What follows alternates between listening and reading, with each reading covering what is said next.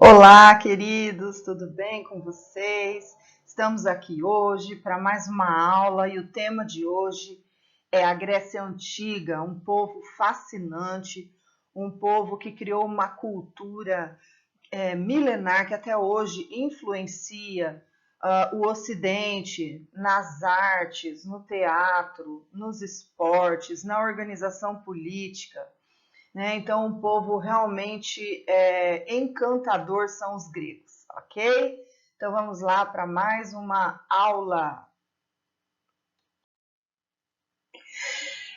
Os gregos, eles foram povos de origem indo-europeia e os primeiros povos que começaram a chegar nesta região, que nós chamamos de Península Balcânica, tá? Nesta região, eles são dois povos. Um povo são os aqueus, que ocuparam a parte continental, e o outro povo são os minoicos ou cretenses, que ocuparam a maior ilha da parte insular, que é a ilha de Creta, ok? Então, por volta do ano 2000 a.C., começam a chegar esses povos de origem indo-europeia. E o território grego, ele não é um território de planícies com extensas áreas férteis, ele é um território irregular, montanhoso, tem solo bom, mas também tem muitas áreas pouco férteis, rochosas, então era bom assim para o pastoreio, e as áreas de agricultura elas eram disputadas, tá? Então nós temos geograficamente falando o território grego dividido em algumas partes. Então, aqui onde fica a ilha de Creta e essas ilhas aqui do mar Egeu é a parte insular. Essa outra parte aqui, presa ao continente, é a península, a parte peninsular.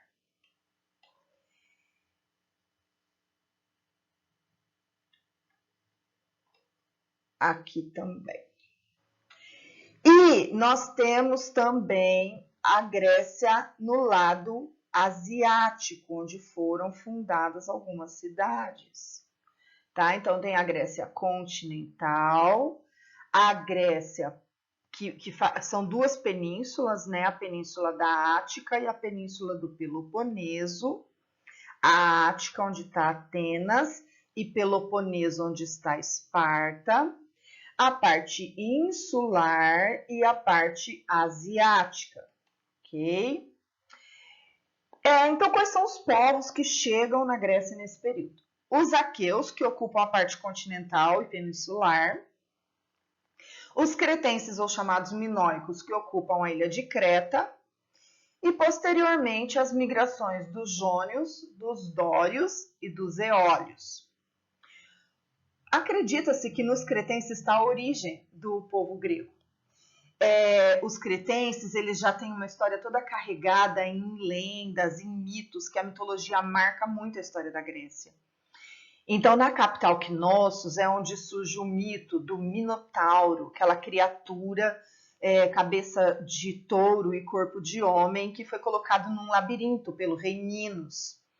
E essa criatura, né, abominável, ela se alimentava de carne humana, que o rei Minos obrigava as cidades continentais sob seu domínio, porque Creta foi um império marítimo, eles eram muito poderosos no comércio marítimo. Então, Minos obrigava essas cidades a mandar anualmente 7 moços e 7 moças virgens para alimentar a criatura. Né? E essa criatura teria sido vencida pelo filho do rei da Grécia, que era o Teseu. Ele teria matado o Minotauro e livrado as cidades gregas, né, principalmente Micenas, que era a cidade dos aqueus, desse domínio tão malvado, né, de ter que mandar o que a sociedade tinha de melhor, que eram os jovens, para alimentar aquela criatura horrível, né? Então nós sabemos que os gregos eles sempre buscaram nos mitos, na mitologia, explicações para as coisas que na época eles não conseguiam explicar de maneira científica e racional, ok? Bom, então nós vamos ver como a história da Grécia ela está dividida em períodos para facilitar o estudo. Tá? Então nós temos aqui, em primeiro lugar, o período pré-homérico, que é exatamente esse que nós acabamos de falar. É a formação da civilização de Creta, os cretenses ou minoicos, de Micenas, os aqueus, e essa chegada dos povos de origem indo-europeia para a região da Península Balcânica. O segundo período é o período homérico. Nessa época, aconteceu que uma invasão extremamente violenta feita pelos dórios, eles são inclusive os fundadores da cidade de Esparta.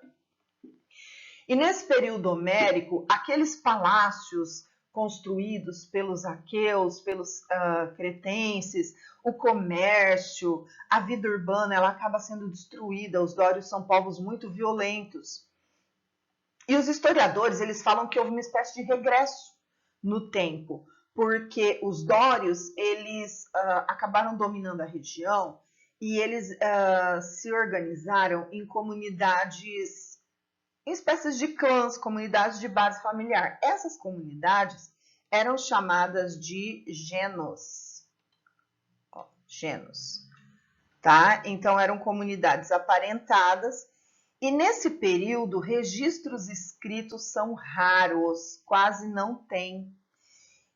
O que ficou desse período são duas obras atribuídas provavelmente ao poeta Homero, que são a Ilíada e a Odisseia. Essas duas obras dariam cada uma conta de 10 anos da história grega. A Ilíada vai contar exatamente a guerra entre gregos e troianos, em que se levava em conta da explicação mitológica o rapto da bela Helena, né, esposa do rei de Esparta,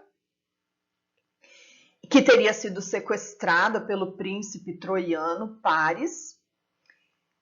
Mas, na verdade, a questão histórica era uma disputa comercial. Os gregos queriam destruir Troia, porque Troia estava dominando o comércio marítimo no Mar Egeu. Então, eles estavam muito incomodados com isso. As cidades gregas se uniram, várias cidades se uniram, vários generais gregos se uniram para atacar a cidade de Troia. O que eu quero deixar registrado para vocês é assim, o período homérico é um período de... a atividade urbana e comercial entrou em decadência, então foi um período de guerras, de invasões, dias difíceis, né? Então houve uma espécie de retrocesso para a questão agrícola e não mais comercial. Tinha assim, a prática de comércio, mas prevalecia as comunidades aparentadas, tá? Então, a narrativa da Ilíada, ela é um dos únicos documentos escritos que, embora carregada de questões mitológicas, fala muito sobre como era a organização do exército, como eram os navios, como era a alimentação, como era a crença religiosa dos gregos naquela época. E vocês já devem ter ouvido a história, né, que a Guerra de Troia foi vencida pelos gregos usando a estratégia bolada pelo grande general Ulisses, do cavalo de Troia, né? Então os troianos teriam aberto os portões da cidade para receber esse cavalo, que era o símbolo sagrado do deus Apolo, a quem eles adoravam, e na verdade era uma armadilha grega para que os guerreiros pudessem entrar na cidade e abrir os portões de Troia para que os demais gregos entrassem na cidade e destruíssem a cidade. Então essa guerra foi vencida pelos gregos e quando ela termina, começa então a narrativa da Odisseia, que é a saga, né, do general Ulisses, que teria desafiado Poseidon, o deus dos mares, para retornar para sua ilha, onde ele era rei, a ilha de Ítaca. Então, o tempo todo, Poseidon vai dificultando a volta de Ulisses, de maneira que ele demora 10 anos para voltar para sua casa. Né? Então, essa é a narrativa da Odisseia, que também dá conta de uma boa parte da organização grega da época. É basicamente tudo que se tem escrito sobre esse período de guerra, de disputas, de invasões violentas na Grécia. Ok? O próximo período é o arcaico. Então, o que acontece no período arcaico? Quando as guerras cessam, os gênios eles começam a se dedicar mais à questão agrícola, à questão do pastoreio. As pessoas estão mais tranquilas, as pessoas comem melhor, a população começa a aumentar. E esse aumento da população vai fazer com que os gênios fiquem saturados e não deem conta mais desse aumento populacional. Então, os donos das melhores terras, que são o líder dos gênios e os seus parentes mais próximos, se apossam das melhores terras e os demais eles começam a ser expulsos. Eles começam a ser expulsos dali, eles precisam ir para as áreas menos férteis ou até para fora dessa comunidade, nas áreas periféricas, né?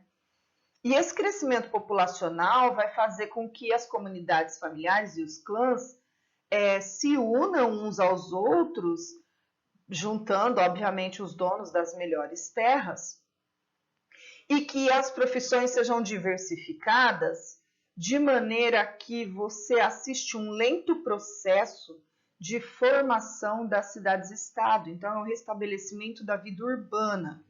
Só que agora, essas cidades-estado, elas vão estar muito bem divididas entre quem tem as melhores terras e tem o comando da cidade e quem mora na periferia ou simplesmente se vendeu como escravo para os mais poderosos.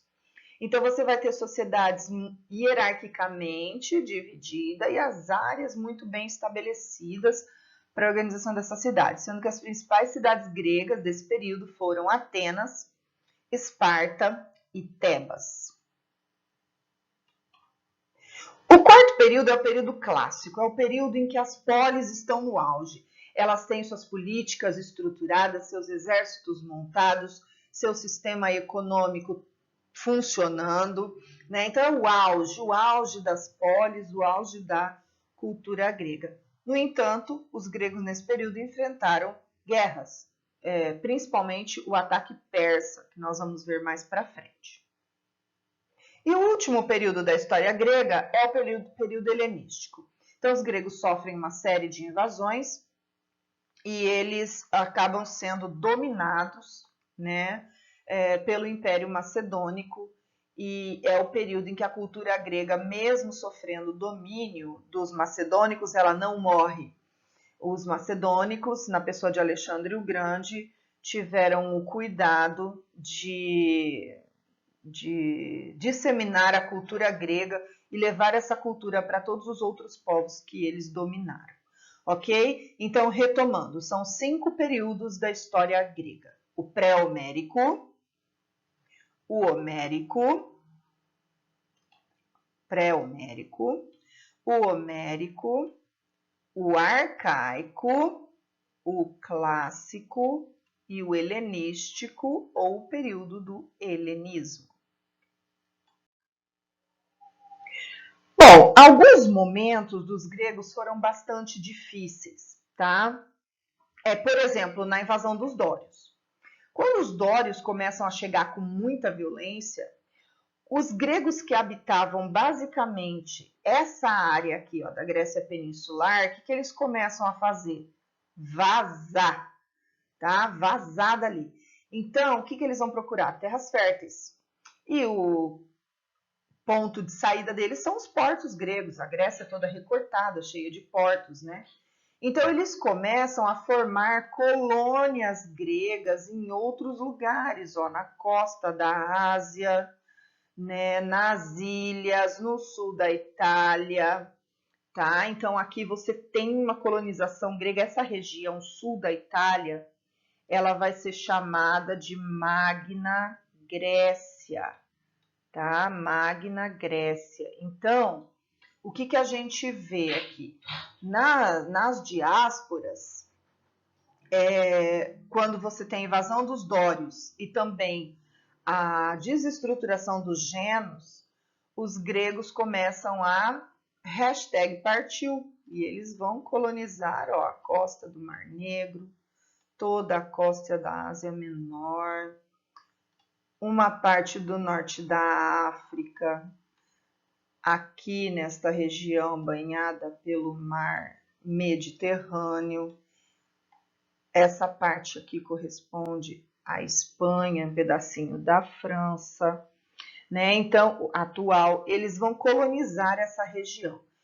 Que conclusão a gente tira disso, das diásporas gregas? A Grécia, ela nunca foi um país. Ela nunca foi um país. A Grécia, ela foi um conjunto de cidades-estado. Cada cidade-estado é como se fosse um mini país. Ele tinha seu próprio líder, geralmente um rei, tinha o seu exército, o seu deus principal, o templo desse deus, a divisão social, as classes sociais também diferentes. Então eram cidades-estados independentes e cada uma delas tinha a sua própria organização social, religiosa, política e econômica. Uma polis, né? Polis em grego é a cidade. Então por isso tem muitas cidades que são assim, ó, termina em polis, né? Por exemplo, Florianópolis, Sertanópolis, Petrópolis, né? Que é esse sufixo atribuído à cidade. Então a polis, ela não era às vezes muito concentrada num lugar, ela era espalhada, ela formada por várias vilas, como se fossem bairros. Eles eram chamados demos. As áreas de plantio e pastoreio, as áreas agrícolas, seria a área rural. E o núcleo urbano, o núcleo principal, onde funcionava o mercado, o fórum, né? E eram bem organizadas em partes, tá?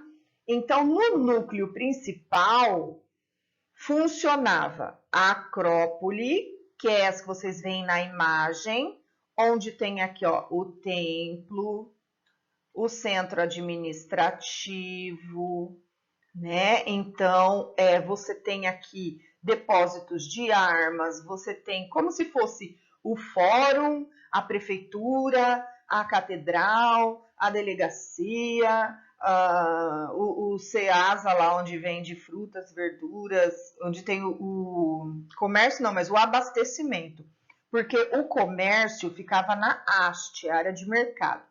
E o mercado lá era um lugar aberto, você podia chegar com suas mercadorias, expor num dos lugares e vender ali, tanto com moeda quanto troca de produtos. A ágora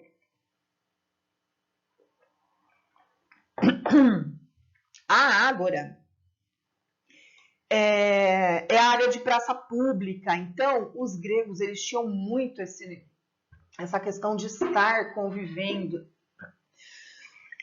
desculpa, na área pública. O que se fazia na ágora?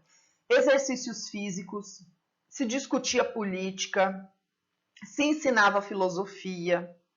Tá? A ágora era o lugar onde a vida cultural e política da cidade acontecia. Ok? Tudo bem até aqui, pessoal? Então vamos para frente. Como essas aulas provavelmente vão ser postadas no canal do YouTube, primeiro, deixa seu likezinho lá. Segundo, se você tiver dúvida, pode colocar lá que eu estarei respondendo oportunamente, tá? Como a gente não está tendo um contato frente a frente, né? A gente não está em sala de aula, vocês podem deixar as dúvidas lá, beleza? Bom, uma das principais cidades que se formou na Grécia foi a cidade de Esparta. A Esparta, ela está localizada aqui, ó, na Lacônia, na região da Lacônia, tá? Na parte peninsular da Grécia. E ela não é uma cidade banhada pelo mar, ok? Aqui a gente tem outras cidades importantes, ó, Olímpia era muito importante, a cidade de Corinto, tá? A cidade de Corinto, a cidade uma das mais antigas, que é Micenas, ok? É a cidade de Esparta. Esparta, desde a invasão dos dórios, ela foi fundada pelos dórios, ali na península do Peloponeso, na região da Lacônia. Ela é uma cidade voltada para as questões militares. A Esparta parecia mais um acampamento de guerra do que uma cidade propriamente dita. Tudo lá funcionava voltado para a guerra. A educação, o comércio, o artesanato. O que os artesãos mais faziam? Capacetes, escudos, espadas, né? Cinturões, as escolas. Meninas não iam para a escola era para os meninos. Os meninos, se eles fossem filhos dos mais ricos, eles só ficavam com a família até os 7 anos de idade. Aos 7, eles eram entregues para o Estado. E o Estado ia treinar ele para ser um guerreiro. Então, a educação dele não consistia em leitura, escrita, cálculo, literatura. Não. Ele precisava saber sobreviver. Sobreviver num ambiente hostil. Ele precisava ter domínio do corpo. Ele precisava ter agilidade, obedecer comandos. Ele precisava resistir à dor. Então ele era treinado para isso, para lutar com animais selvagens. Sequer roupa ele recebia. E uma outra coisa que ele era treinado é que no acampamento não tinha assim, horário de café da manhã, horário de almoço. Não era um hotel, um acampamento de fim de semana. Eles tinham que ir atrás da própria comida. E eles podiam roubar. O que era o crime? Ser pego. Então eles tinham que aprender a roubar sem ser pegos. Se eles fossem pegos, eles eram punidos. Tá? E aí, aos 18 anos, eles passavam pela prova final, onde eles tinham que entrar numa área de... geralmente, assim, uma área fora do núcleo principal da cidade, e ali eles tinham que caçar um escravo e trazer a cabeça desse escravo. Trazer a cabeça desse escravo para provar que ele estava apto para a vida militar. Então, a sociedade espartana ela era dividida em 3 grupos. Os ricos, proprietários das melhores e maiores terras, que eram descendentes diretos dos dórios. Eles são chamados os espartanos ou esparciatas. São os grandes proprietários de terra. E são os líderes do exército. Ok? O filho do espartano, quando ele nascia, ele era levado para os anciãos, os homens mais velhos de Esparta. Por quê? Porque os espartanos eles tinham uma premissa que era assim: os fracos não podem colocar em risco a vida dos fortes. Então, o que eles faziam com os fracos? Eliminavam. Por isso, o bebê ele era analisado, físico, se ele tinha respostas auditivas e visuais, né? Passava a mão assim, se ele não mexesse o olhinho, ele não tinha resposta visual. Eles olhavam se ele tinha as pernas do mesmo tamanho, um bom peso. Se ele tivesse qualquer deficiência física, ele era jogado no precipício, tá? Na encosta do morro de Esparta, uma montanha, foi encontrado centenas de ossadas de bebês. Eles achavam que ia tirar a força da sociedade se você ficasse criando e permitindo reprodução de pessoas deficientes.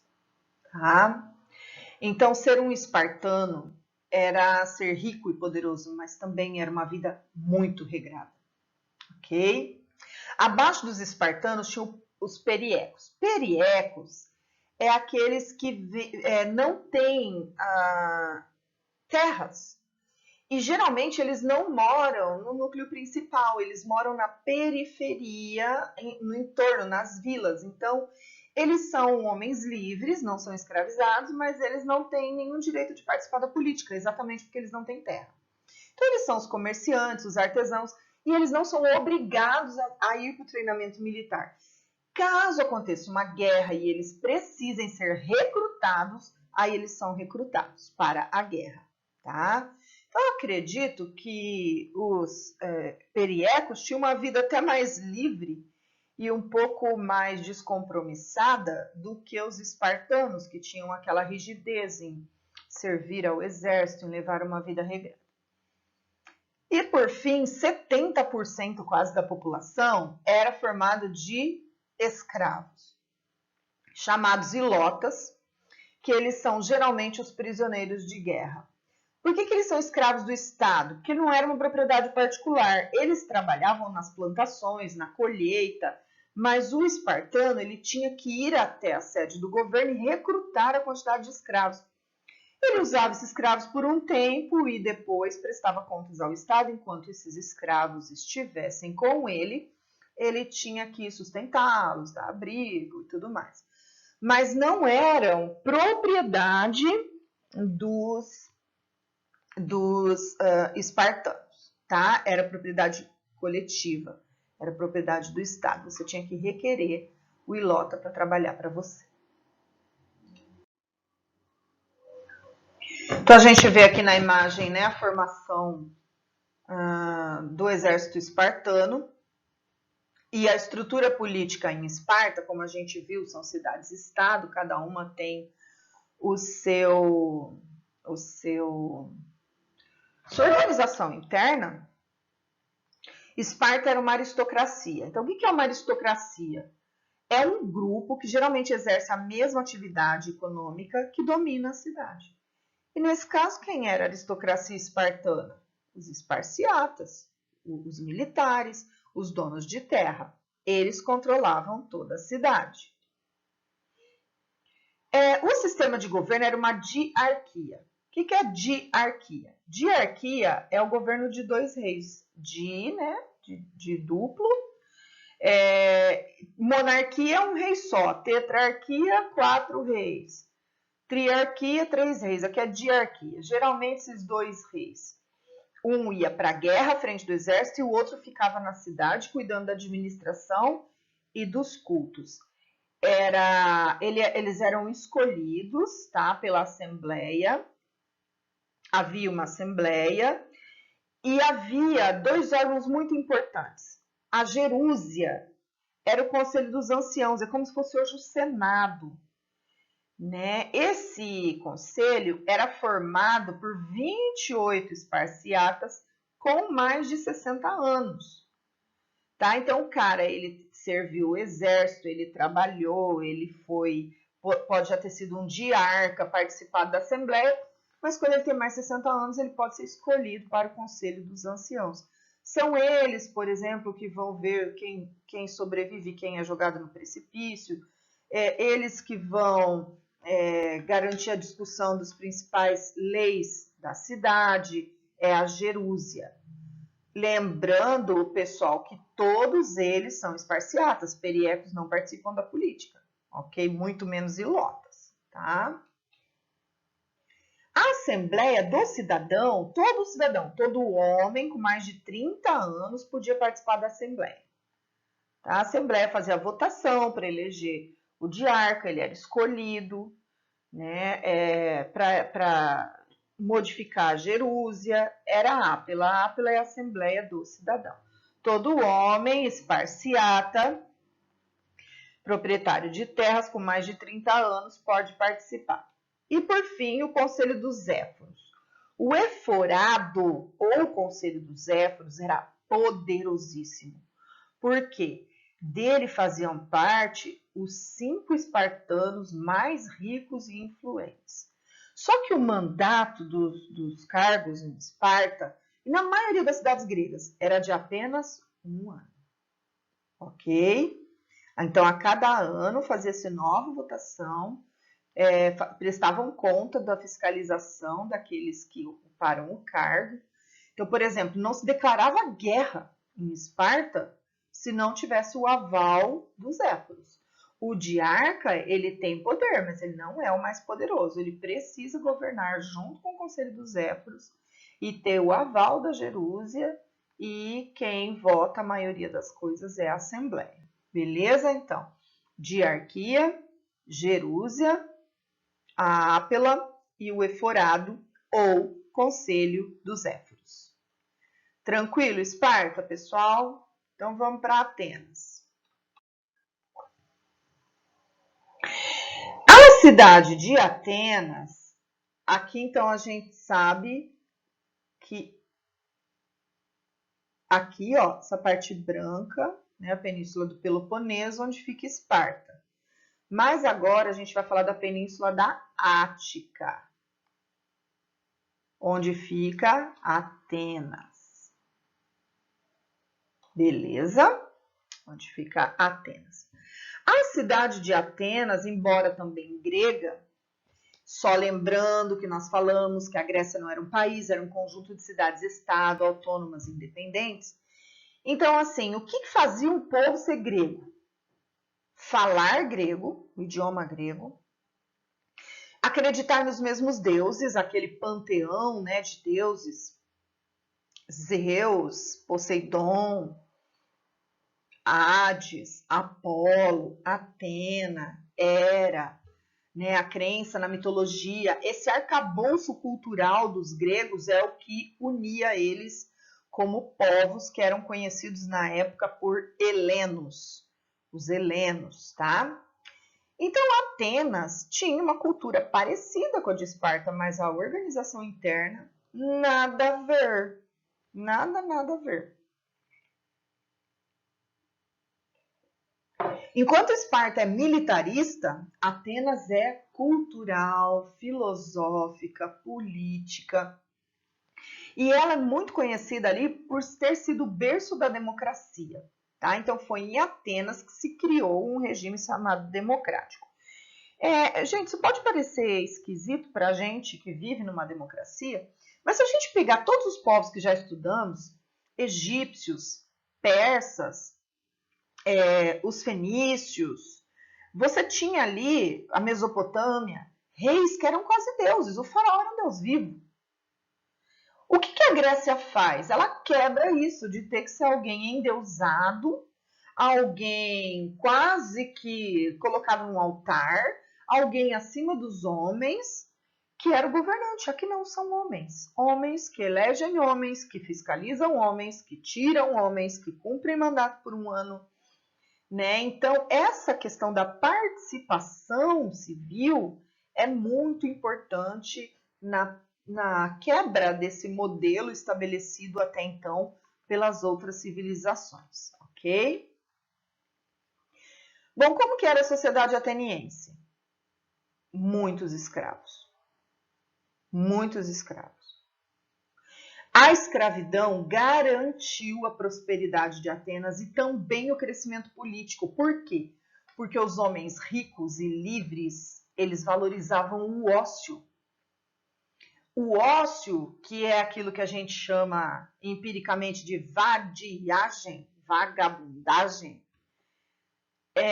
eles achavam aquilo essencial para a criação artística, filosófica, política, né? Então parece um contrassenso você ter uma cidade que fundou um regime democrático em cima de um escravismo.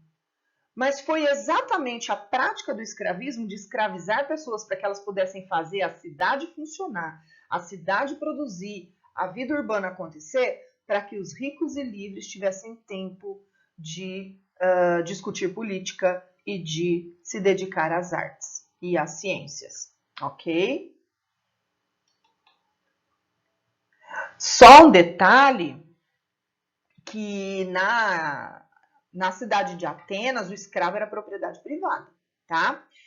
O brasileiro, ele tem um sonho de consumo de ostentação, né? Ter o seu sobradinho do Minha Casa Minha Dívida, ter um carro na garagem, mesmo que for financiado, e o maringaense, em particular, ele adora ostentar carro, né, gente? Vamos combinar. Família de 3 pessoas, cada um tem um carro, né? Às vezes a pessoa não está conseguindo pagar a parcela, o carro é do banco, mas ela vai lá e troca por um mais novo, porque ela tem que mostrar para os outros. Em Atenas, esse rito de ostentação era o escravo. O cara juntava dinheiro para ter um escravo. Então, o que era você se exibir? Hashtag ostentação. Você sair pela rua mostrando que você tinha um escravo. Ok? E a sociedade espartana, ela tem no topo os eupátridas, que são a mesma coisa que em Esparta, os proprietários das melhores terras. Eles são os descendentes dos jônios, os bem-nascidos. E na base da sociedade, esses escravos, que eram prisioneiros de guerra ou o próprio ateniense escravizado por dívida. O cara emprestou dinheiro do Eupátrida, não conseguiu pagar, foi escravizado até conseguir pagar a dívida. Só que escravo não tem salário, né? Sabe quando que ele vai conseguir pagar essa dívida?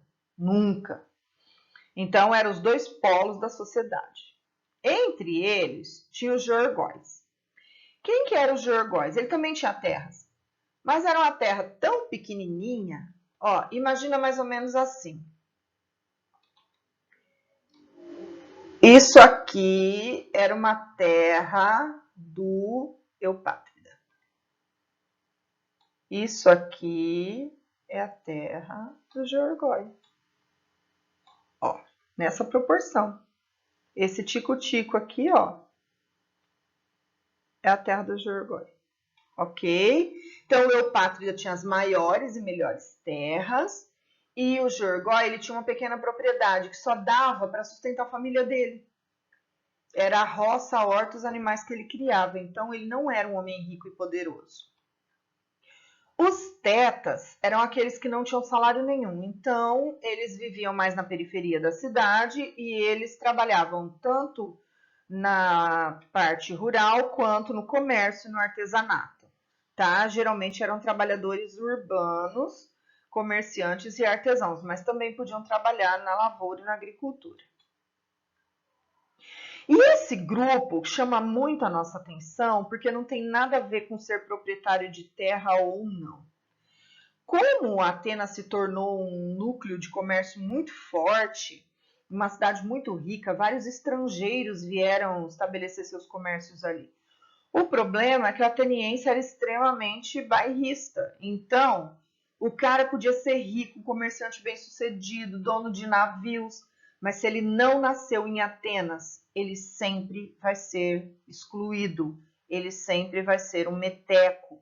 Então, meteco não tem a ver se ele tem terra, se ele não tem, se ele é rico, se ele não é. Geralmente eles eram ricos, porque eles só se submetiam a morar em Atenas porque era economicamente vantajoso para eles. Então, esses eram os metecos, e por serem metecos, não tinham direito a participar da política. O que eu quero que vocês entendam aqui? No início da história de Atenas, Atenas era governada por um rei. Era governado por um rei auxiliado pelas assembleias, tá? Só que com o tempo, Atenas, esse rei, essa assembleia era formada apenas por eupátridas. Apenas por eupátridas. Só que com o tempo, a presença dos metecos e a ação dos tetas e dos georgóis fez com que esses três grupos aqui se tornassem grupos economicamente poderosos também. Principalmente quando acontecia o casamento da filha de um teta ou filho de um teta com filho de um georgói.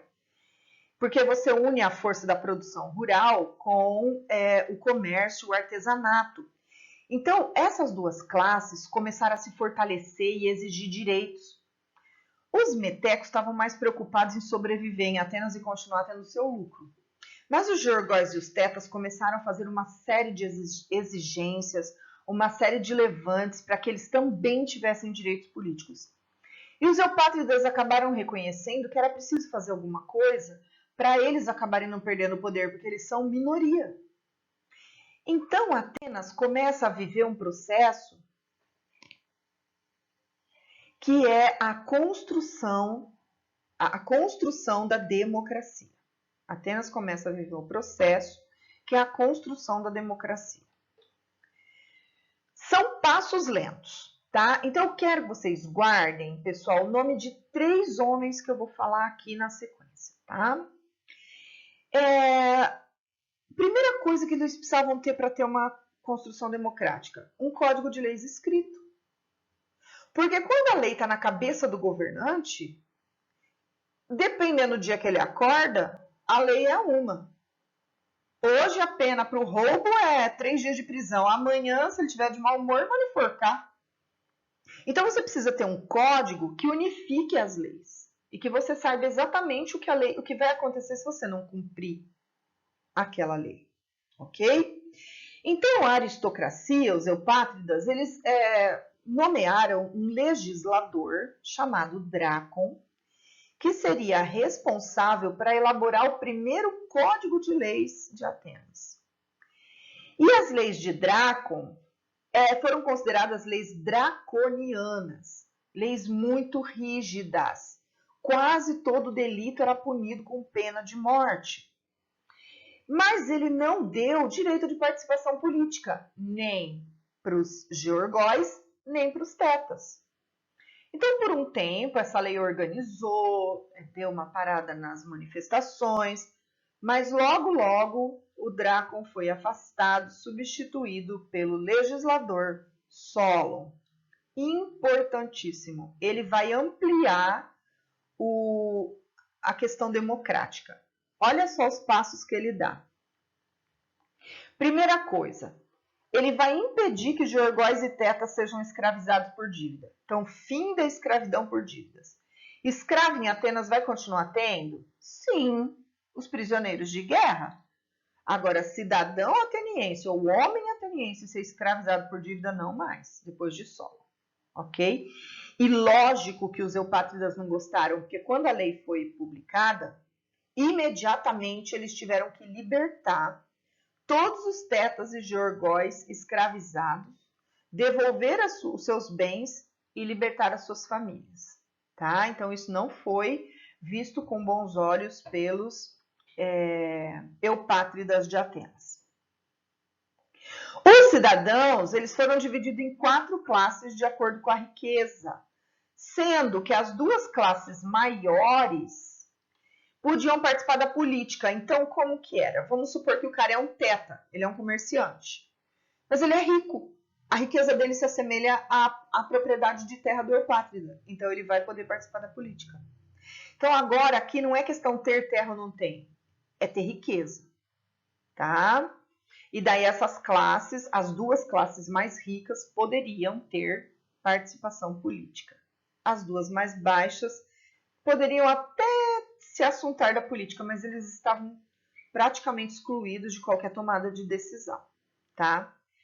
Acontece que os eupátridas não gostaram das medidas do Solon, então eles decidiram entregar o poder para um tirano. É um período da tirania, ok?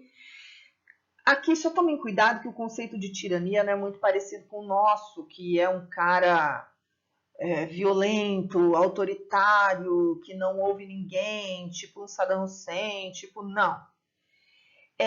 Os tiranos, eles poderiam exercer o poder sozinhos, para tentar organizar aquelas manifestações que estavam acontecendo com muita frequência em Atenas.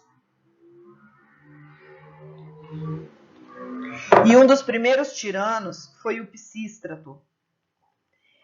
E o Pisístrato continua avançando nas reformas democráticas, porque, olha, ele vai pegar terras dos aristocratas que não estavam produzindo e conceder aos pequenos proprietários.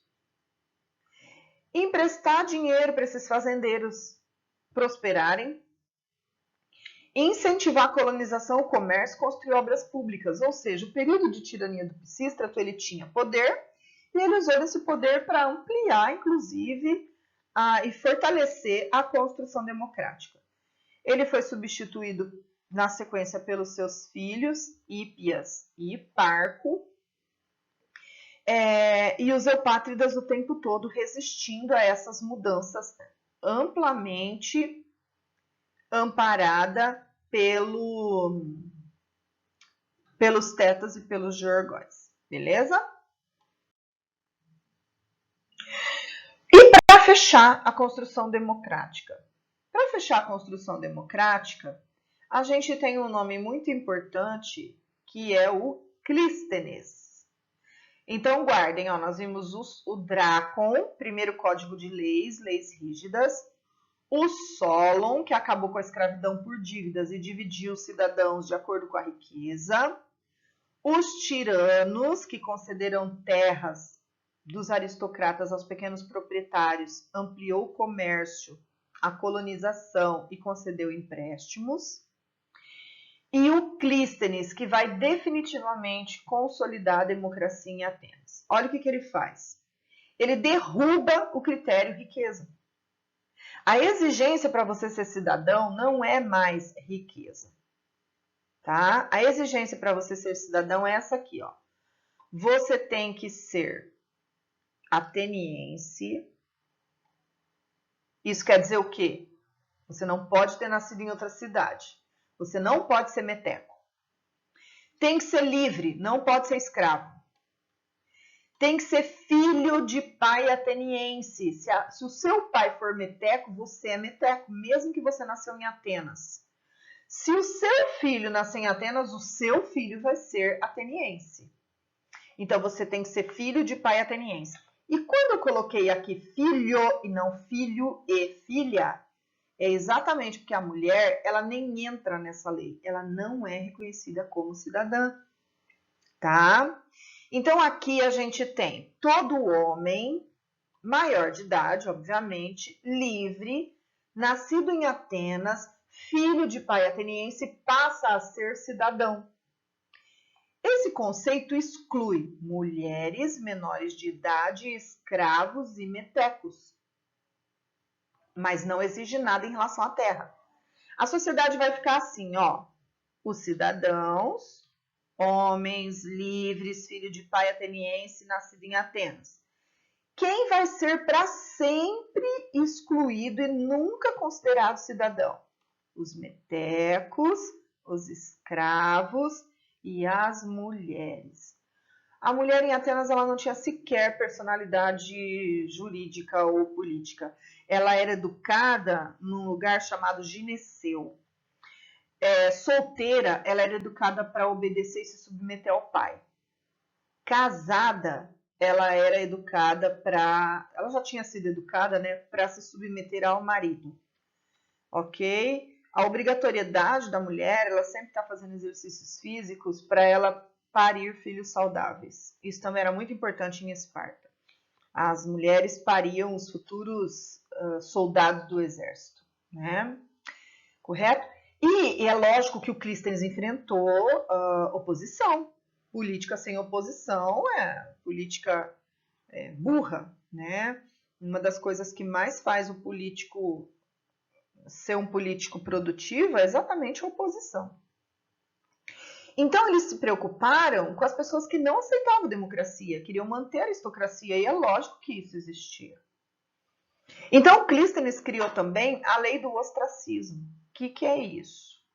Teve um aluno meu uma vez que ele colocou numa prova que ostracismo é quando o cara fazia um crime político em Atenas. Ele escreveu até bonitinho, que o cara fazia um crime político em Atenas e daí ele era obrigado a comer ostra até morrer de dor de estômago e diarreia, tá? Porque a palavra lembra ostra, mas não é nada disso.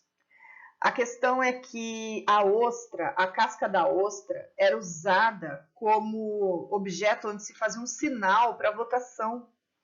Então, eles distribuíam casca de ostras na Assembleia e apresentava o julgado, o réu. Quem seria o réu do ostracismo? Todos aqueles que atentassem contra a democracia, que tentassem dar golpe, que espalhassem boatos, que agissem de maneira corrupta, eram considerados inimigos da democracia. Aí as pessoas, como o litoral de Atenas tinha muita ostra, eles pegavam a casquinha de ostra e com objeto pontudo eles faziam o sinal de sim ou de não, de culpado ou de inocente, conforme combinado. E daí eles contavam os votos. Então a pessoa, ela teria que ir embora de Atenas por 10 anos. Ela estava condenada ao exílio. Tá? Quando ela voltasse, ela teria tanto a sua dignidade como as suas propriedades restituídas. O crime estava pago, passou-se uma borracha, acabou. A menos que ela voltasse a cometer os mesmos delitos, tá? Então, quando um político desaparece de cena e a gente não ouve mais falar dele, a gente fala que ele caiu no ostracismo, tá? Um artista que estava em alta e de repente sumiu, ostracismo, beleza? Como que ficou Como que ficou organizado, então, o funcionamento da democracia ateniense após o Clístenes, tá? Ficou organizada assim. Eu vou tirar a câmera para sair da frente, beleza? Ficou assim. A eclésia é a assembleia em que todo homem livre, maior de idade, nascido em Atenas, filho de pai ateniense, pode participar. E essa eclésia você não elege um vereador ou um deputado para ir no seu lugar. Você vai, o cidadão vai. Por isso, a democracia ateniense era uma democracia direta. Todos os cidadãos participavam diretamente na aprovação das leis, né? Então, a Assembleia lotava. Tá certo que eles eram 2% da população, 3% da população. Mas Atenas tinha 30 mil habitantes, então façam as contas, né? Dá mais ou menos o tamanho da Câmara dos Deputados, ok? Então, hoje, a nossa democracia ela não é direta, ela é representativa. Nós votamos nos nossos vereadores, nos nossos deputados e nos nossos senadores que vão nos representar, tá? Então, muita gente às vezes pergunta para mim, professora, como que eu escolho para votar? E, cara, olha a maneira que o cara pensa, ele vai te representar. Você é contra o aborto? Como é que você vai votar em alguém que defende o aborto? Você é a favor da liberação da maconha? Você tem que votar em quem é a favor da liberação da maconha. A pessoa tem que te representar, né? O que você exige para que a pessoa tenha uma índole aceitável? Que tipo de postura política você defende? Esse cara pensa como você, então é ele que vai te representar. É assim que a gente tem que escolher, né? A gente não tem que escolher por partido, porque alguém falou, porque o cara é conhecido, né? Ele é o seu representante, é assim que a gente tem que escolher, ok? E lá em Atenas não era o voto da maioria.